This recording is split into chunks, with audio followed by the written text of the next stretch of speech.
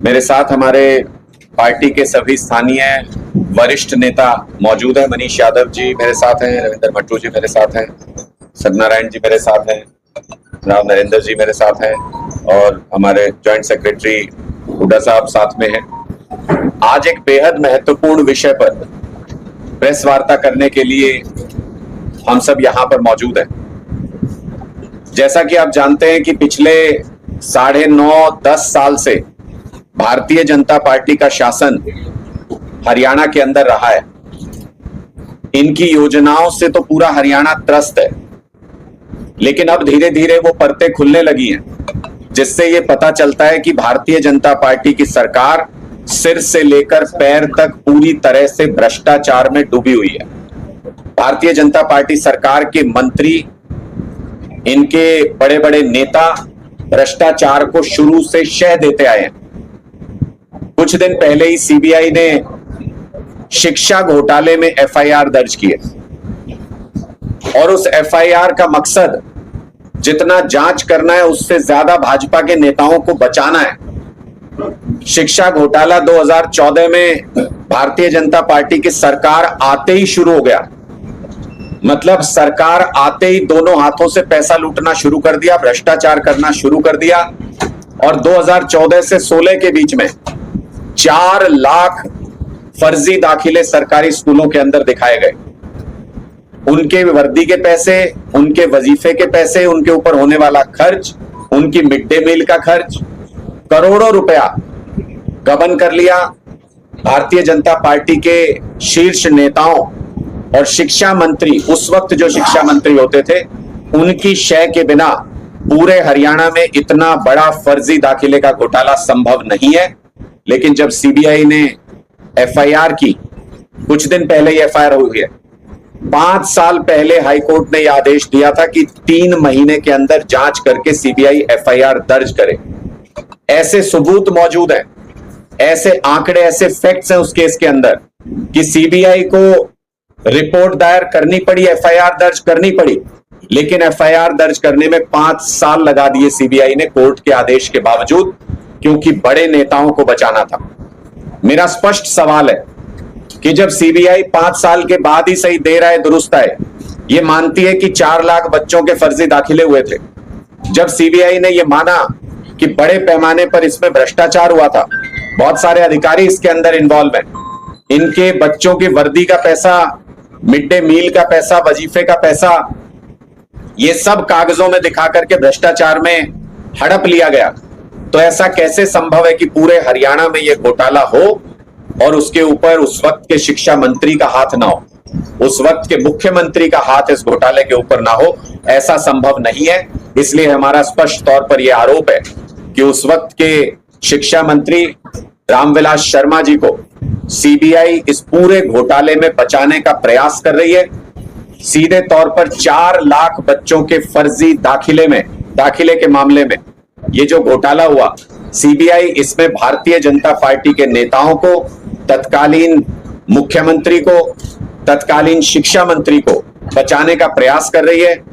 उनके नाम भी, उनके रोल की जांच भी इस सीबीआई की एफआईआर के दायरे में आनी चाहिए। कोर्ट को इसमें हस्तक्षेप करना चाहिए कि कैसे सरेआम नेताओं को बचाया जा रहा है। और यह सिर्फ एक मामले में नहीं होता है, बीजेपी के किसी भी घोटाले को, किसी भी चीज को उठा के देख लीजिए, जब भी इनका भ्रष्टाचार पकड़ा जाता है, ये उसको अधिकारियों के ऊपर टाल करके निकल जाना चाहते हैं, अधिकारियों को शिकार बनाते हैं, सस्पेंड कर देते हैं, जेल में डाल देते हैं, लेकिन कभी किसी नेता का नाम भारतीय जनता पार्टी के इन्होंने भ्रष्टाचार में नहीं आने दिया। एजेंसियों का दुरुपयोग कर रहे हैं। दिल्ली में जहां एक तरफ आम आदमी पार्टी के नेताओं से ना कभी कोई बरामदगी हुई, ना किसी तरीके का कोई सबूत इनके पास है, उसके बावजूद भी हमारे नेताओं को महीनों से, सालों से जेल में डाले हुए सीबीआई और ईडी का दुरुपयोग करके।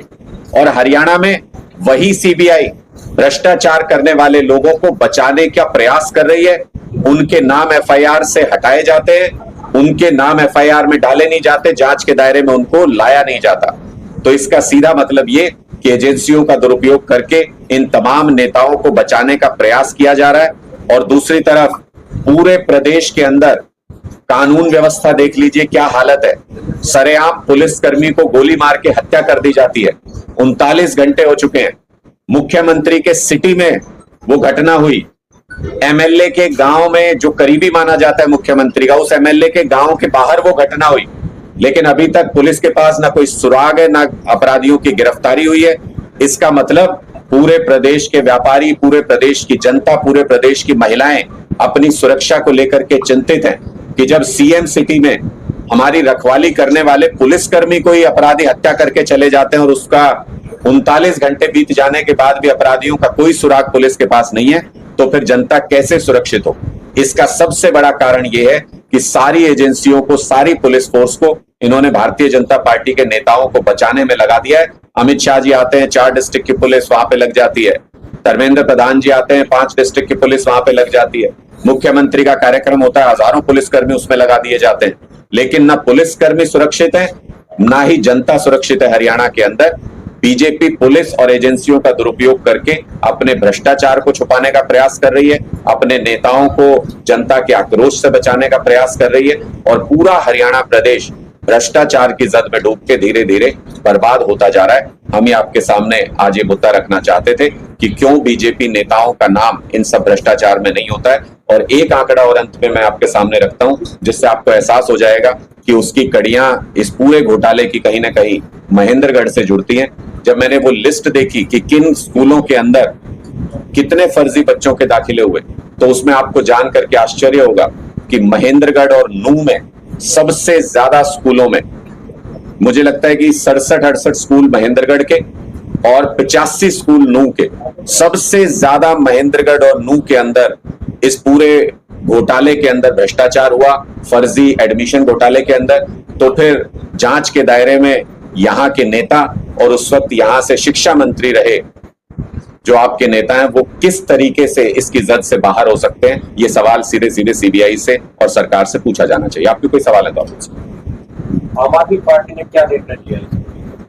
देखिए, हमने स्पष्ट तौर पर भारतीय जनता पार्टी के हर भ्रष्टाचार की पोल जनता के सामने खोलेंगे।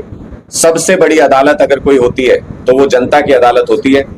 हरियाणा के लोग हरियाणा में काम कर रही तमाम पार्टियों के कामकाज को देख चुके हैं और हमेशा से तीसरे विकल्प के इंतजार में हरियाणा के लोग रहे हैं, क्योंकि वो संतुष्ट नहीं है। पहले की सरकारें बिजली, पानी, स्कूल, अस्पताल की सुविधाएं नहीं दे पाई, उनको सुरक्षा नहीं दे पाई, शिक्षा के लिए काम नहीं कर पाई, किसानों की जो जरूरतें उनको पूरा नहीं कर पाई। इसलिए हरियाणा के लोग तीसरे विकल्प का इंतजार कर रहे थे। आम आदमी पार्टी हरियाणा में वो तीसरा सबसे मजबूत विकल्प बन के उभरी है और लोगों के बीच हम भारतीय जनता पार्टी के इस तमाम भ्रष्टाचार को भी लेकर के जाएंगे और अपनी नीतियों को भी लेकर के जाएंगे कि कैसे इस पूरे भ्रष्टाचार से बाहर निकाल के हरियाणा को एक शानदार प्रदेश बनाया जा सकता है। यहाँ की शिक्षा व्यवस्था को, बिजली की व्यवस्था को शानदार किया जा सकता है। वो हम लोगों के बीच में जन संवाद के माध्यम से कार्यक्रम को लेकर के जा रहे हैं। आने वाले विधानसभा के लिए किस तरह की रणनीति लेकर चल रहे हैं? कल इसके बारे में हमारी प्रदेश कार्यकारिणी की बहुत महत्वपूर्ण बैठक हुई थी। सभी वरिष्ठ नेतागण हरियाणा के राष्ट्रीय संगठन मंत्री संदीप पाठक जी के साथ उस मीटिंग में मौजूद थे। काफी विस्तृत चर्चा हुई हमारी, किस तरीके से कैंपेन करेंगे, किस तरीके से रैलियां की जाएंगी आने वाले समय में। हर लोकसभा में बहुत जल्द रैलियां प्लान की जाएंगी जिसमें केंद्रीय नेतृत्व और तमाम सीनियर लीडरशिप पहुंचेंगे। सुनीता केजरीवाल जी, भगवंत मान जी, संदीप पाठक जी, संजय सिंह जी, सभी सीनियर लीडरशिप को आमंत्रित हरियाणा के अंदर किया जाएगा। साथ ही साथ ये भी फैसला लिया गया कि 15 जुलाई तक एक एक गांव में हरियाणा के पहुंचने का प्रयास आम आदमी पार्टी करेगी। एक एक गांव में जनसंवाद किया जाएगा, लोगों से उन मुद्दों को जाना जाएगा जिसके ऊपर वो चाहते हैं कि आम आदमी पार्टी हरियाणा में राजनीति करे। लोगों की समस्याएं सुनेंगे, समझेंगे और आम आदमी पार्टी की नीतियों तक को लोगों तक पहुंचाने का प्रयास 15 जुलाई तक करेंगे और उसके बाद बड़ी रैलियों का दौर शुरू होगा। आम आदमी पार्टी तीसरे और सबसे मजबूत विकल्प के रूप में हरियाणा के सामने मौजूद है। हरियाणा के लोग बाहें खोल करके इस तीसरे विकल्प को अपनाएंगे, इसका स्वागत करेंगे। हम ऐसी उम्मीद करते हैं और लोगों के बीच अपने सारी गारंटी, सारे जो हमारे आइडियाज उनको लेके लोगों के बीच जाएंगे। किस मुख्यमंत्री के रूप में सर चेहरे को लेकर आम आदमी पार्टी उतरने की तैयारी कर रही है? कोई भी एक आम आदमी हरियाणा का, उसके अंदर मुख्यमंत्री बनने की काबिलियत है। उसके लिए जैसे भारतीय जनता पार्टी के मुख्यमंत्री खुले तौर पे भ्रष्टाचार हरियाणा के अंदर फैला रहे हैं, ये कोई क्वालिफिकेशन नहीं है। एक आम आदमी जो ऐसा व्यक्ति हो जो हरियाणा के लोगों की शिक्षा के ऊपर काम कर सके, स्वास्थ्य के ऊपर काम कर सके, बिजली और पानी के ऊपर काम कर सके, वो हरियाणा का मुख्यमंत्री बन सकता है। हरियाणा में बहुत ऐसे लोग हैं, हरियाणा ने ऐसे शेरों को पैदा किया है जो लीडरशिप में जब से आजाद हुआ है देश या आजादी से पहले के आंदोलनों में भी नेतृत्व करते रहे हैं हरियाणा का और पूरे देश का। इसलिए ये कोई प्रश्न नहीं है। आम आदमी की सरकार बनती है या नहीं, ये प्रश्न है, क्योंकि आम आदमी हमेशा से अपने काम नहीं करा पाया क्योंकि उसकी कभी सरकार नहीं रही। इस बार हरियाणा के लोग चाहते हैं कि आम जनता, आम आदमी अपनी सरकार बनाएगा और अपने काम कराएगा। सर, टिकट वितरण को लेकर किस तरह का फॉर्मूला अपनाते हैं? बहुत जल्दी इसके ऊपर भी हम एक बहुत विस्तृत कार्यक्रम पूरे हरियाणा के अंदर चलाएंगे। हमने सभी लोगों को ये कहा है कि जो भी आम आदमी पार्टी के टिकट पर चुनाव लड़ना चाहते हैं वो सभी आमंत्रित हैं, वो आम आदमी पार्टी को अप्रोच कर सकते हैं और लोगों के बीच में जा करके लोगों से ये पूछेंगे कि आपके इलाके में सबसे प्रभावशाली व्यक्ति जो आम आदमी पार्टी से जुड़ा हुआ है या जिसे आम आदमी पार्टी का उम्मीदवार होना चाहिए वो कौन है। आम आदमी पार्टी हमेशा से सर्वे के माध्यम से लोगों से पूछ के उम्मीदवारों का फैसला करती रही है। अभी भी वही तरीका होगा हमारा टिकट का फैसला करने का। 90 की 90 विधानसभा सीटों पर एक एक बूथ के ऊपर मजबूत तैयारी करने के लिए पार्टी हाईकमान का आदेश है। हम ऐसे बूथ योद्धा तैयार करने जा रहे हैं जो अरविंद केजरीवाल जी से इत्तेफाक रखने वाले लोगों को वोट में कन्वर्ट कर सके चुनाव के समय पर। ऐसी तैयारी आम आदमी पार्टी पूरे हरियाणा के अंदर कर रही है। क्या कारण रहा कि बड़ी कोई रैली आम आदमी पार्टी ने? देखिए, बिल्कुल करेंगे। मैंने जैसा बताया कि हर लोकसभा में आने वाले समय में 10 की 10 लोकसभा में बड़ी रैली प्लान की गई है और उसके बाद शायद एक एक विधानसभा के अंदर भी या एक विधानसभा में एक से ज्यादा भी रोड शो और रैलीज प्लान की जाएंगी। हमें उम्मीद है कि अरविंद केजरीवाल जी बहुत जल्द जेल से बाहर होंगे, आप सबके बीच में होंगे। हरियाणा में ऐसा कैंपेन करेंगे, ऐसा चुनाव लड़ेंगे जैसा आज से पहले कभी हरियाणा की धरती पर चुनाव लड़ा नहीं गया होगा। इतनी ताकत और इतनी मेहनत के साथ आम आदमी पार्टी का कार्यकर्ता लोगों के बीच में जाएगा और इस बार आम आदमी की सरकार बनाने की पूरी मेहनत, पूरी ताकत के साथ कोशिश करेंगे।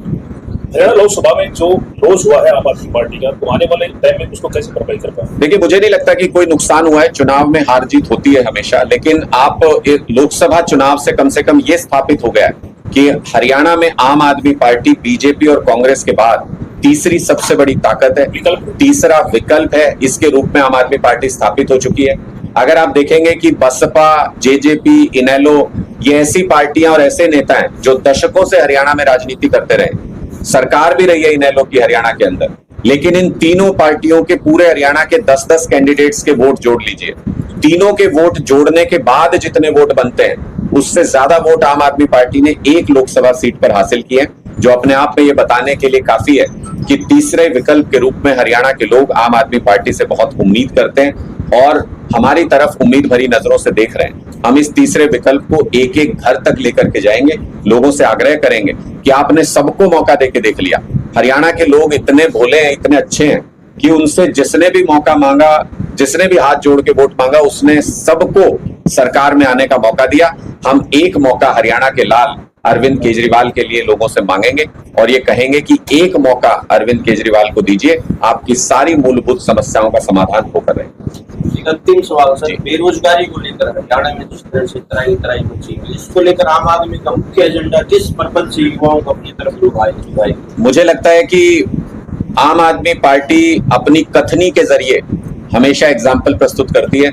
हरियाणा के युवाओं को बेरोजगारी में धकेलने का जिम्मा इस वक्त भारतीय जनता पार्टी के पास है। न भारतीय जनता पार्टी को इस बात की परवाह है कि युवाओं को रोजगार मिलना चाहिए, न भारतीय जनता पार्टी को इस बात की परवाह है कि वो युवाओं को शिक्षित भी कर पा रहे हैं कि नहीं कर पा रहे हैं। भारतीय जनता पार्टी को अगर नौकरी देनी होती है तो 2 लाख सरकारी नौकरी हरियाणा की नजर नहीं आती है, वो नहीं देंगे हरियाणा के युवाओं को। ये कहेंगे कि इजराइल में जाके नौकरी कर लो जहां पे युद्ध चल रहा है। हमारे युवाओं को मौत के मुंह में धकेलने में जरा भी शर्म भारतीय जनता पार्टी को नहीं आती। आम आदमी पार्टी इस पूरे माहौल को बदलना चाहती है। हमने पहले ही कहा है, आम आदमी पार्टी सत्ता में आते ही 2 लाख सरकारी नौकरी जो पोस्ट खाली हैं, पहली कलम से वो सरकारी नौकरियां युवाओं के लिए निकालेगी। और जैसे दिल्ली के अंदर 12 लाख से ज्यादा नौकरियों का इंतजाम अरविंद केजरीवाल जी ने जब से हम सत्ता में आए हैं तब से लेकर अभी तक किया है। वैसे ही पंजाब के अंदर 3.5 लाख प्राइवेट रोजगार का इंतजाम और 50,000 से ज्यादा सरकारी नौकरियां सक्सेसफुल तरीके से बिना एक भी भर्ती कैंसिल हुए, बिना कोई भर्ती कोर्ट में गए हुए हमने करके दिखाई है। उसी तरीके से हरियाणा में भी एक एक युवा के लिए रोजगार का इंतजाम कर सके, ऐसी योजनाओं पर आम आदमी पार्टी काम कर रही है। चुनाव से पहले वो सारी घोषणाओं को, वो सारी योजनाओं को हम युवाओं के सामने भी रखेंगे और उसके आधार पर उनसे समर्थन मांगेंगे।